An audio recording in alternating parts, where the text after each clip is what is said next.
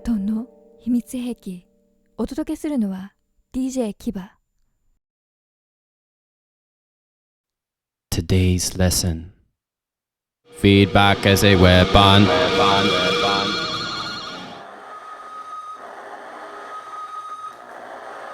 Many a concert goer's ear has been seared by the shrieking blast of unwanted feedback. Feedback is the sound man's enemy. Today, I'm going to show you how to become frenemies with feedback and use it to your advantage as a secret weapon. Working with feedback in Ableton Live can be risky business. Be sure to follow these steps exactly to avoid the risk of ear and speaker damage. I'm going to begin by taking a look at this set. I have a send A and a send B. Send B is currently loaded with the stock simple delay. We're going to delete that. Next, I'm going to put a few different devices onto this track. I'm going to put an Ableton EQ8. I'm going to put an auto filter, which I will turn off for now. And I'm going to put a limiter. To start getting feedback, we will send a signal using send B to return channel B, but then we will send it back through itself. You'll notice that the return channel has these send knobs. You can't activate them right now. You can turn them, but they don't work. This is a built-in safety feature to prevent you from hurting your ears. We're going to deliberately turn these on now, though. We'll right-click and say enable all sends. Now it will allow me to turn the send into itself. I'm going to start by just hitting a snare sound here on this channel.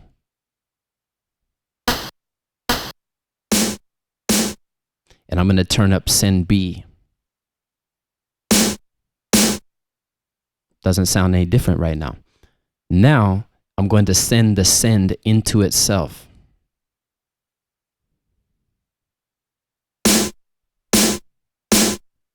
And then I'm going to boost some of the frequencies in the middle.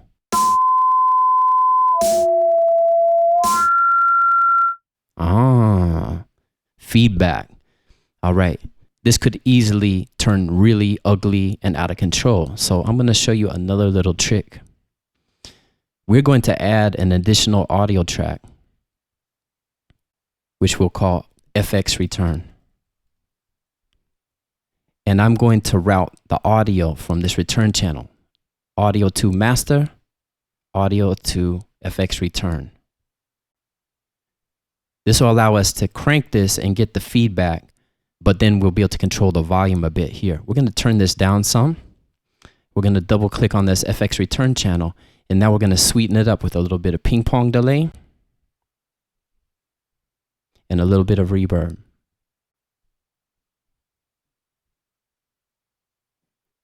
We also need to change the audio from on our FX return channel. And we're going to switch it to monitor in. If I go ahead and hit a snare and then crank the EQ,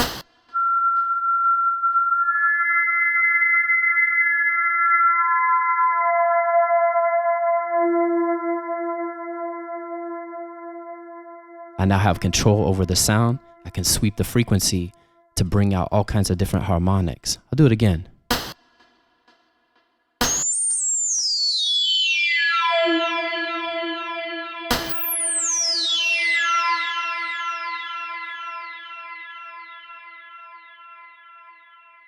Another thing I like to do is to add an auto filter after it with a little bit of LFO.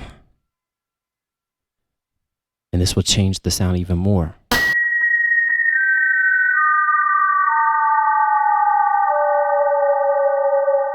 It almost starts to sound like some of the experiments with feedback Jimi Hendrix used to do with his guitar.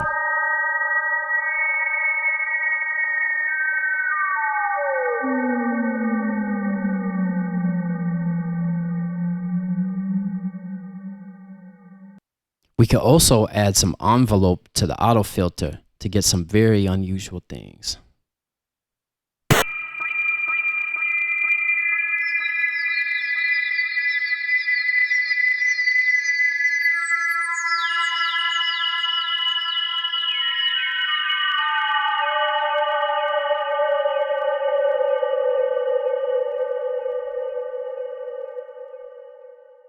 I'm going to try doing a live improvisation now, running this beat. And I'm just going to turn up a little bit of the snare and catch it in our feedback as a weapon loop and record the output to my effects return channel here. I'm just going to go ahead and arm that channel and do a little pass. Let's see how it goes.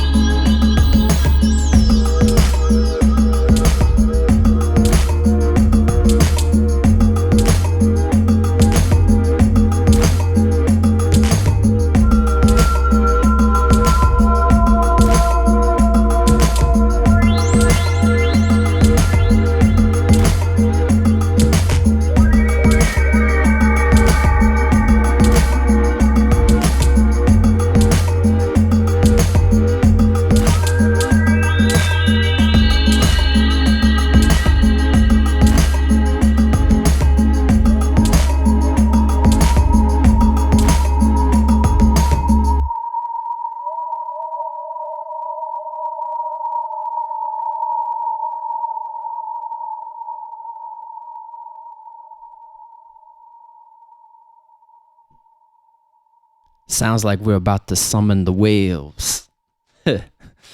Anyway, that's just one example of how sometimes I will use feedback inside of Ableton to generate some unusual sounds.